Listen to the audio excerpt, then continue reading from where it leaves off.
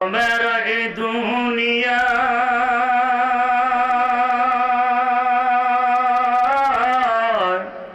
अल्लाह তোমার এ দুনিয়ায় কেউ আসে কেউ চলে যায় তবু তোমার ভয়ে কারো কাঁদে না হৃদয় তবু তোমার ভয়ে কারো কাঁদে না হৃদয় লা ইলাহা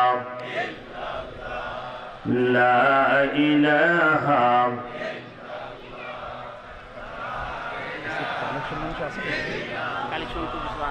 কিছু বলছেন না কিভাবে কালেকশন কত টাকা চাবো সেটা বলতে হবে লা ইলাহা ইল্লাল্লাহ মুহাম্মাদুর রাসূলুল্লাহ সাল্লাল্লাহু আলাইহি ওয়াসাল্লাম। আমার ভাইরা কষ্ট হচ্ছে আপনাদের? সম্মানিত ভাইরা আমার, এই বাংলাদেশকে নষ্ট করার মূল সমাজের কিছু পাতি নেতারা সামসারা, কথা বলেন ঠিক কিনা? নেতারা অত খারাপ না, কিন্তু সমাজের এই সামসাগুলোর কারণে সমাজ নষ্ট হয়েছে, কথা বলেন। আপনাদের এলাকার কেমন জানি না, আমাদের এলাকার সামসাগুলো যারা রং মিস্ত্রি তারা হচ্ছে কেডা, তাদের বাড়ি গাড়ি এখন পালসার গাড়ি, কি অবস্থা! রং মিস্ত্রি, কাঠ মিস্ত্রি, মাছ ব্যবসায়ী আমাদের অঞ্চলে তারা লক্ষ লক্ষ টাকা, তারা অবস্থা এমন হয়েছে। আমার ভাইরা একটা কথা বলি, সামসা কিন্তু মারাত্মক ভয়ঙ্কর একটা জিনিস, কথা বলে ঠিক। উদাহরণ দেব, সামসার উদাহরণ দেব নাকি? আজ এক সামসা বিয়ে করতে গেছে, মনে করে একটা ছেলে বিয়ে করতে গেছে, আজ ওই ছেলের সাথে সামসা গেছে, মানে ঘটক। কে কে ঘটক? ভাই আমার সামসাদের কাম হচ্ছে খালি বেলুনের মতন ফোলানো, নেতাদেরকে বেলুনের মতন ফোলানো। ছেলেটা এই পাশে, মাঝখানে শ্বশুর মশাই, এই পাশে সামসা মানে সেই ঘটক। ছেলেটা প্রশ্ন, মানে শ্বশুর মশাই প্রশ্ন করছে, বাবা তুমি তো আমার মেয়েকে বিয়ে করবা, তো লেখাপড়ার কি যোগ্যতা তোমার আছে? ছেলেটি বলছে, আমি জাহাঙ্গীরনগর বিশ্ববিদ্যালয় থেকে ইকোনমিক্সের উপরে অনার্স মাস্টার্স কমপ্লিট করেছি, এটা আমার যোগ্যতা। সামসা উঠে লাভ মারিতে বলছে, হব শ্বশুর মশাই, লেখাপড়া লাগবে কত, দরকার কত, পুরা বাংলাদেশে সব বিশ্ববিদ্যালয়ে পড়া উঠে আসে। আচ্ছা বলেন তো, একজনকে সব বিশ্ববিদ্যালয়ে পড়তে পারে? কারণ আমরা বিশ্ববিদ্যালয়ে পড়েছি, আমরা জানি অনার্স করতে পারে এক জায়গায়, মাস্টার্স করতে পারে এক জায়গায়, এমফিল পিএইচডি এক জায়গায় করতে পারে, নাই 3 থেকে 4টাই ধরলাম, কথা ঠিক কিনা? কিন্তু চামচার কাম কি? খালি ফোলানো, কথা ঠিক কিনা? দ্বিতীয় প্রশ্ন করছে, বাজান তুমি তো আমার মেয়েকে বিয়ে করবা, তো তোমার টাকা পয়সার কি অবস্থা? বলছে চাকরি বাকরি করে কিছু টাকা পয়সা বসেছে, আর বাবা কিছু রেখেছিল, মোটামুটি এই আছে। চামচা লাভ বেরোতে বলছে, শ্বশুর মশাই টাকা লাগবে কত, আপনার দরকার কত? পুরা বাংলাদেশের সব ব্যাংকই তো উর। তৃতীয় প্রশ্ন বলছে যে, বাবা আমার মেয়েকে বিয়ে করবা, জমি জায়গা আছে? কাছে হ্যাঁ বাবা কিছু রেখেছিল, আর আমি মোটামুটি কিনেছি, জমি জায়গায় মোটামুটি আছে।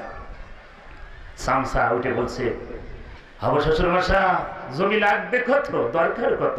রাজেন্দ্রপুরের মাটি তো সব ওর।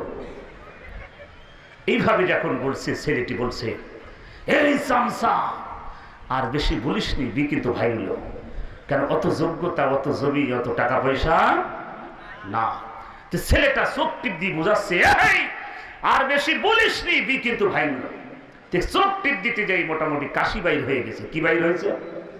সবাই বলেন, কাশি বাইর হয়ে গেছে। শ্বশুর মশাই বলছে, বাজান তোমার কাশিও আছে? সামসা লাভ মারিতে বলছে, ওর খালি কাশি, ওর যক্ষাও আছে।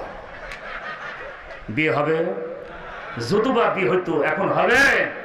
এদেশে মারাত্মক সংগ্রাম, চামচারা সময় আসতে দেয়, সামসাদের আর রাখতে হবে না, কথা ঠিক না? এদেশে মারাত্মক ক্যান্সার এই সামসারা, সমাজ নষ্ট করার মূল হচ্ছে এই সামসারা, কথা বলে ঠিক না? ইসলাম নষ্ট করার কিছু নাস্তিক, তার ভিতরে এক নাস্তিক ধরা পড়েছে, কথা বলেন, নাম হচ্ছে কালামানি।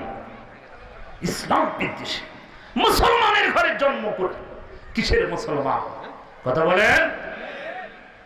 জনগণ তাকে উত্তম মাধ্যম দিয়েছে, আমি বলেছি একবারে ফায়ার দিয়ে শেষ করে দিতে না পাক, পুরো কথা ঠিক না। এখন বলছে তদন্ত, এটা আইন অনুযায়ী তাদেরকে হবে। কিসের আইন, কিসের তদন্ত? আরে ভাই, আপনার সামনে হাজার হাজার যুবক সন্তান আমার দেশে ছেলেদের প্রকাশ্যে গুলি করে মেরেছে, এই শহরে, এই মানিকগঞ্জে আসলে প্রকাশ্য করে গুলি করে মেরেছে, হেফাজতের মানুষকে মেরেছে, ৭ জন ছাত্রসেবাকে মেরেছে। আমার কিসের তদন্ত? কথা বলে ঠিক না? ধরবে আর মারবে, এটাই কাম। কথা ঠিক না? এটাই কিসের তদন্ত? আপনি দেখছেন মুগ্ধর মতন মানুষকে গুলি করে মেরেছে, সাইদকে প্রকাশ্যে গুলি করে মেরেছে, ৭০ জন ১৭০ জন আশুলিয়া সাভারকে প্রকাশ্যে গুলি করে মেরে হাজার হাজার নেতা কর্মীকে মেরেছে, ফাঁসি দিয়েছে, আয়না ঘর তৈরি করেছে। এখানে কিসের তদন্ত? কথা বলে। আবার তদন্ত করবে, এই তদন্ত করতে করতে ৪২ সাল তাদের টার্গেট চলে যাবে। কথা বলে ঠিক না? আমি বলি, যারা আয়না ঘর তৈরি করেছে প্রত্যেকটি নেতা কর্মীকে আয়না ঘরে ১ মাস করে রাখতে হবে। কথা বলা ঠিক না? তোমাদের আয়না ঘরটা কিভাবে করেছে তোমরা একটু উপভোগ করো। জানেন কখনো সফলতা অর্জন করতে পারে? আমার ভাইরা, কি দোষ এই মানিকগঞ্জের মানুষদের? কি দোষ? এই কোরআনের মাহফিল কেন বাধা দিয়েছে? ৪০ ধারা জারি বাংলাদেশে কোরআনের মাহফিল সব বন্ধ হয়ে যাচ্ছে। মুফতি আমির হামজাকে মাহফিল করতে দেওয়া হয় না, কারাগারে ৩ বছর বন্দী করেছে। এদেশে যারা চোর ডাকাত, প্রত্যেকটি এমপি মন্ত্রীর বাড়িতে হাজার হাজার কোটি টাকা, এদেশের টাকা সব মন্ত্রী এমপিদের বাড়ি বেগম পাড়া তৈরি করেছে। কথা ঠিক না? আমাদের দেশের একজন প্রাইভেট পড়িয়ে আমেরিকায় ৩টা ফ্ল্যাট, ১৫টা বাংলাদেশের ফ্ল্যাট। কয়টা? মোট 18টা। কয়টা? মোট 18টা। বাংলাদেশে 15টা, আমেরিকায় 3টা। প্রাইভেট পড়িয়ে নাকি বলে এতগুলো ফ্ল্যাট করেছে। চিন্তা করে দেশের 12টা বাজাইছে। কথা ঠিক না? মানুষ বলে আমাদের দেশের সরকার তো উন্নয়ন করেছে। রে ভাই, 1% উন্নয়ন না করলে সেখানে মারবা কি? এই যে হাজার মাওয়া ঘাট, এই যমুনা সেতু তৈরি করতে গিয়ে যত হাজার কোটি টাকা খরচ হয়েছে তার 4 গুণ বেশি আত্মসাৎ হয়েছে। কথা বলে ঠিক না? মেট্রোরে যা করি টানে যা করেছে 1 গুণ করেছো, 4 গুণ পাচার করেছো। বাংলাদেশ শেষ। এই বাংলাদেশকে মাথা উঁচু করতে হলে এই বাংলাদেশের কোম্পানির দিন অপেক্ষা করতে পারে। এই টাকাগুলো সব নিয়ে আসতে হবে। কথা ঠিক না? একজন চিন্তা করেন, নিজে সাহস করে বলছে আমার ড্রাইভার 400 কোটি টাকার মালিক, হেলিকপ্টারে যা। কত বড় ডাকাত চোর! চিন্তা করে বলছে আমার ড্রাইভার, আমার দেশ। ইসলাম সত্য কথা বললে আপনি অপরাধী। আপনি থাকবেন, থাকলে সঙ্গী, না থাকলে আপনি জঙ্গি। কথা বলে ঠিক না? এদেশটাকে আয়না ঘরে বন্দি করতে চেয়েছিল, এদেশের মানুষকে আয়না ঘরকে বন্দি করেছে, হাজার হাজার মানুষকে গুম করেছে। আমাদের ঝিনাইদহ এমপি আনারের কথা শুনেছেন? পত্রিকায় পড়েছে? গোস্ত খুঁজে পাওয়া যাচ্ছে না। কথা বলে।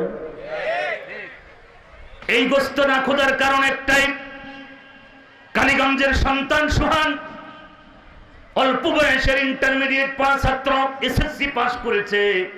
শিবির করার অপরাধে আমার ভাইয়েরা, যারা আজকে মদ নিয়ে, নারী নিয়ে যারা বাংলাদেশে ব্যস্ত, যেসব ছাত্ররা, ছাত্রদের সংবিধানে কি আছে ওই সব ছাত্ররা নারী, টেন্ডারবাজি, মদ, মাদক, মানুষ খুন। কথা বলে ঠিক না? এদেশের 99% ছাত্ররা অধিকার ছিল কোটা আন্দোলনের। 1% ছাত্ররা, তারা ওই ছাত্রদের অধিকারের নামে বুকে গুলি চালিয়েছে। কথা বলেন ঠিক কিনা? তোমরাও ছাত্র, যারা অধিকার চেয়েছে তারাও ছাত্র। কথা বলেন ঠিক কিনা? তোমরা ছাত্র নামে কলঙ্ক। তোমাদের সংবিধানে নারী, তোমাদের সংবিধানে মাদক, তোমাদের সংবিধানে টেন্ডারবাজি, তোমাদের সংবিধানে খুন খারাপি। এটা ছাড়া তোমাদের সংবিধানে কিছু নাই। এদেশের টাকা, মানুষের রক্ত চুষা টাকা দিয়ে তোমরা শেষ করেছো। কথা বলেন ঠিক কিনা? আমার ভাইয়েরা, এই জন্য একটা কথা মনে রাখতে হবে, চিরদিন মানুষ বাঁচে না, কেউ দুনিয়ায় কেউ কারোর আপন না। আজকে তিনি উড়াল দিয়ে চলে যে ইন্ডিয়ার এতিমখানায় বসে বসে চা খাচ্ছে, নেতা কর্মীরা বাংলাদেশে মার খাচ্ছে। কথা বলেন ঠিক না?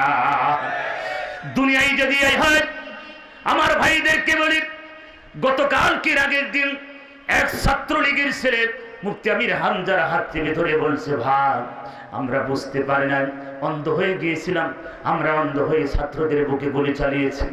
তারাও আমার ভাই, আমরাও তাদের ভাই, তারাও ছাত্র, আমরা ছাত্র, আমরা বুঝতে পারি না, আমাদেরকে রেখে আমাদের প্রভু আকাশ দিয়ে উড়ি চলে গেল। কথা বলেন ঠিক না?